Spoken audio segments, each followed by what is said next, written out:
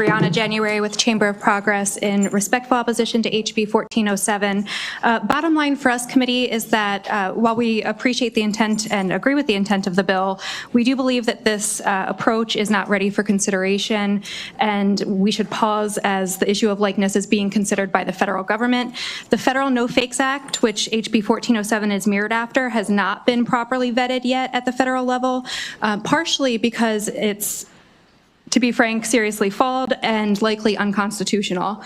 Committee courts have consistently held that voices and likeness are considered as facts. HB 1407 would contravene the fundamentals of federal copyright law by unconstitutionally protecting those facts.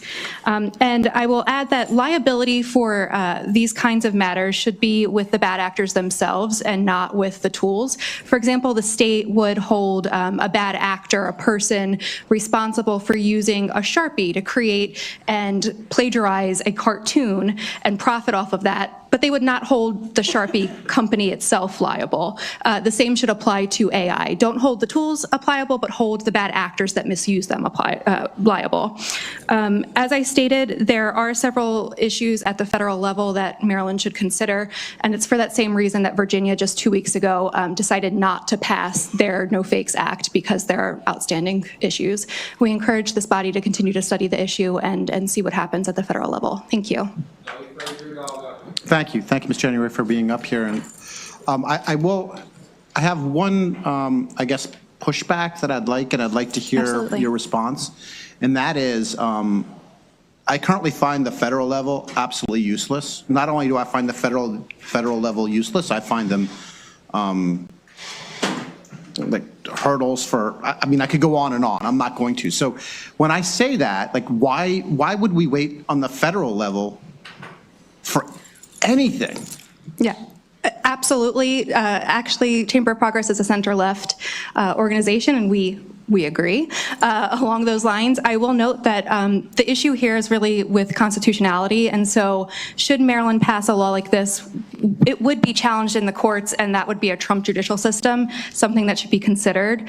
So in the meantime, while Congress is considering the same law, we just suggest that we study the issue instead of pushing through a bill that will be challenged in the courts. Yeah, I would submit to you almost the same thing about the courts that I previously said, so I'll leave it. Thank you. Oh boy. Delegate Adams.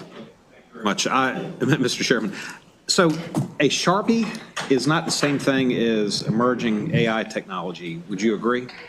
I'd agree, but they're both tools for creativity. Okay, so let me try it again.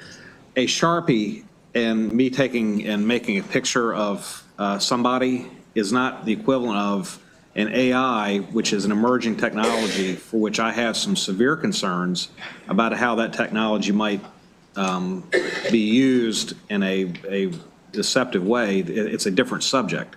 It's one thing to say the Sharpie is going to create a likeness of a cartoon, and AI that's creating what I think are emerging and severe concerns for the public.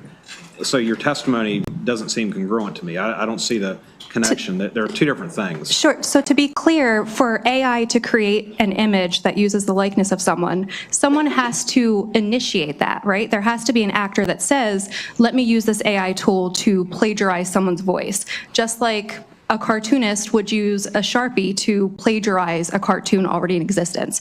What we advocate is that you hold that bad actor, that person that made the decision to use the tool, whether it be Sharpies or AI, you hold them accountable. You don't hold the tool developer themselves, because just like a Sharpie manufacturer, you wouldn't hold them liable for creating an image that ultimately plagiarizes something. But the AI tool is not creating a likeness, it's creating a image of almost perfect example. So, and someone has to ask that tool to do so. You hold that person accountable.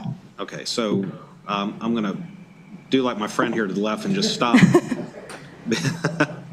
because I'm very concerned about AI and how it's going to transform our country. And while I disagree quite often with my friend here about Washington, especially here recently, I think that the state of Maryland probably is right to at least bring the bill forward to have a discussion. And I don't Absolutely. like the idea of saying this is the example of a Sharpie when I deem it as being far more serious a subject. Understood. Thank you, Delegate. You're welcome for bringing you together. No, I'm kidding. Thank you, Mr. Chair. So we've done the General Assembly in 2019, not going off too much topic here, but we passed related to child pornography. Like Correct. you made an image that was indistinguishable. We treated that as a felony in the state. And so I know now we're looking at, and I'll just put it out there, I have bills that have passed related to this. I have a bill this year, AI with revenge porn, that if you make an image indistinguishable from a real thing and you share it, you know, we want the same penalties as if you shared the real thing. And so my question for you is that if somebody creates, I guess, the likeness of whatever we're trying to protect here, and then they share. So who do you not want to be held accountable in this bill? Or your concern is that it The goes AI after developer themselves. the developer, but not the person who, what, purchases it or uses The it? person who is deploying the AI to make that likeness, that's the bad actor that should be held accountable, not the developer. Okay, and the way you interpret this bill is that it only goes after the developer? I believe it goes after both. We're saying that the developer should not be included in that. But the portion related to the person sharing and all that, you're good with that part? The person who actually tells the AI tool to make the carbon copy of, I don't know, whatever celebrity, and then put that on their poster or something, yes. Okay.